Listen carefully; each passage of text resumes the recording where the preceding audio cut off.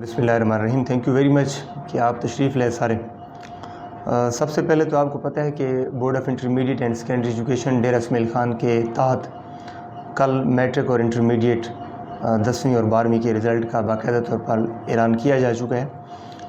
تو اس میں پہلے تھوڑا سا آپ کو ڈیٹا دوں گا, بعد میں جو بچوں نے اسٹرائک کی ہے ان کے حوالے سے بات کریں گے. جو اوور آل میٹرک میں 10th میں ہمارے اسٹوڈنٹ تھے 21,260, جس میں سے 20,756 پاس ہوئے, 98% تناسب رہا.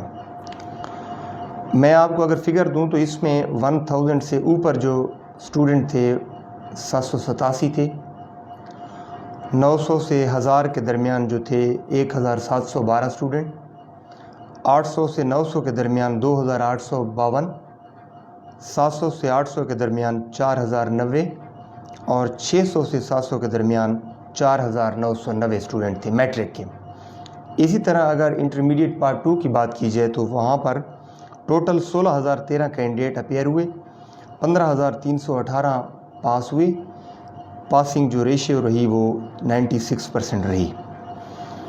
اگر مارکس کی بات کی جائے تو 1000 سے اوپر اسٹوڈنٹ کی تعداد 350, 900 سے 1000 کے درمیان اسٹوڈنٹ کی تعداد 916, 800 سے 900 کے درمیان 1401 اور 700 سے 800 کے درمیان 2355, جبکہ 600 سے 700 کے درمیان 3721 اسٹوڈنٹس ہیں. دوسری بات ہے کہ آپ کو پتہ ہے کہ کووڈ کے تحت اس دفعہ ایگزام ہوا ہے, سمارٹ سلیبس تھا.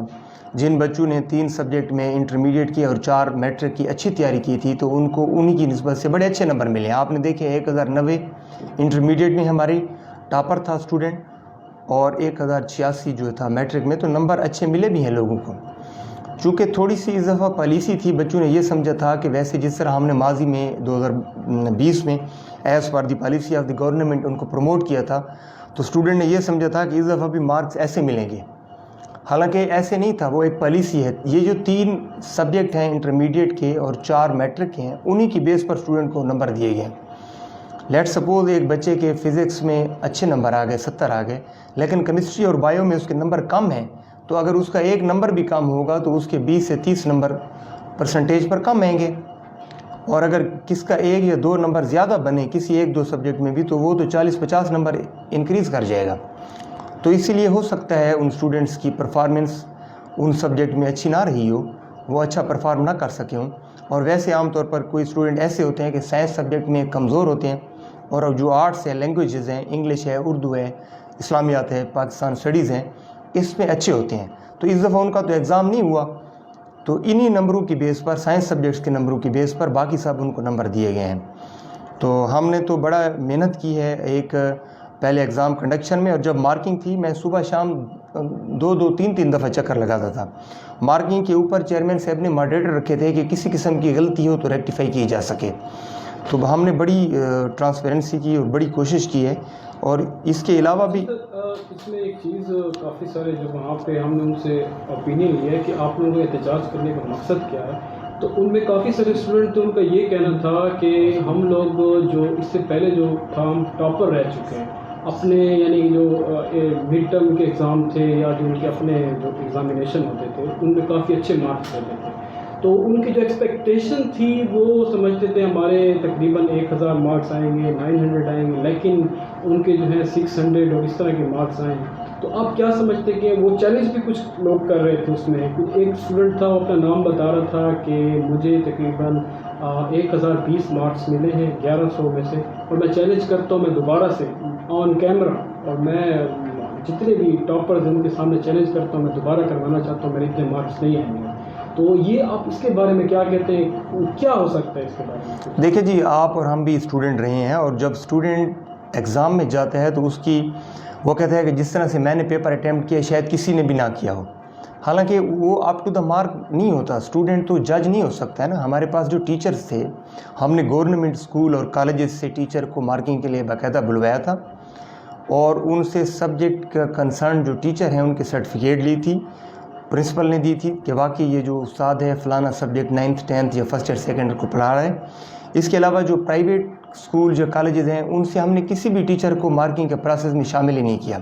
اب اسٹوڈنٹ کی یہ ایکسپیکٹیشن ہوتی ہے کہ میں نے تو جو بہت اچھا پیپر کیا ہے، یا اسکول کی جس طرح آپ بات کر رہے ہیں یا انسٹیٹیوشن میں اس کی پرفارمنس اور ہوتی ہے، لیکن چونکہ بورڈ کی ایگزام یا بورڈ کا جو ایک پیمانہ ہے، اسٹینڈرڈ ہے، وہ اور ہوتا ہے.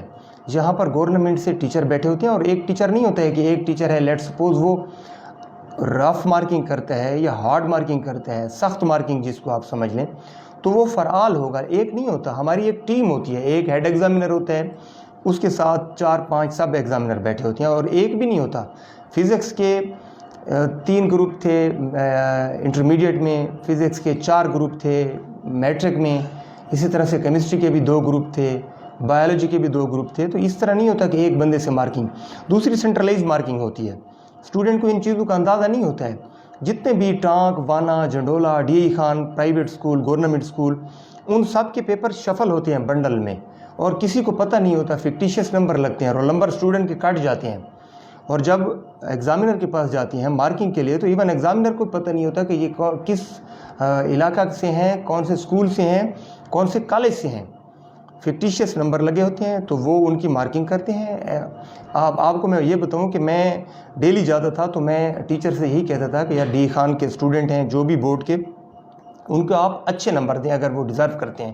تو بعض دفعہ مجھے ٹیچرز نے دکھایا ہے، آپ کو پتہ ہے ہر بندہ اپنی ڈیوٹی کرتا ہے، یہ ٹیچرز کی ڈیوٹی ہے. انہوں نے مجھے پیپر دکھایا جس میں رومن میں انگلش لکھی ہوئی تھی بچوں نے کہ سر آپ دیکھیں اس کو ہم کیا نمبر دیں. تو میں نے کہا جی اس کو تو نمبر نہیں دینے، جو انہوں نے لکھا ہے میرٹ پر آپ نمبر دیں. تو آپ کو پتہ ہے ہر سرونٹ ہیں، گورنمنٹ سرونٹ ہے، ہر کسی نے اپنی جاب کرنی ہے. اب نمبر ویسے تو نہیں دیکھ سکتے. اب وہ لسٹ بناتے تھے، لسٹ دوبارہ ڈیکوڈ ہوتی تھی، اس پر رول نمبر بھی نہیں ہوتے تھے.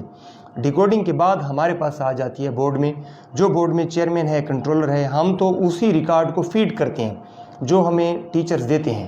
تو وہ ہم نے کمپیوٹر میں فیڈ کیا. اس کے بعد جب رزلٹ آیا، اوور آل رزلٹ تو اچھا رہا، لیکن اسٹوڈنٹ چونکہ یہ سمجھتے ہیں کہ شاید نمبر احتجاج کرنے سے کہ اس طرح تو نمبر نہیں آتے ہیں. ایک پروسیجر ہوتا ہے، اگر اسٹوڈنٹ کو کوئی گریونسز ہیں، ان کی ریزرویشنز ہیں، تو وہ بے شک آ جائیں.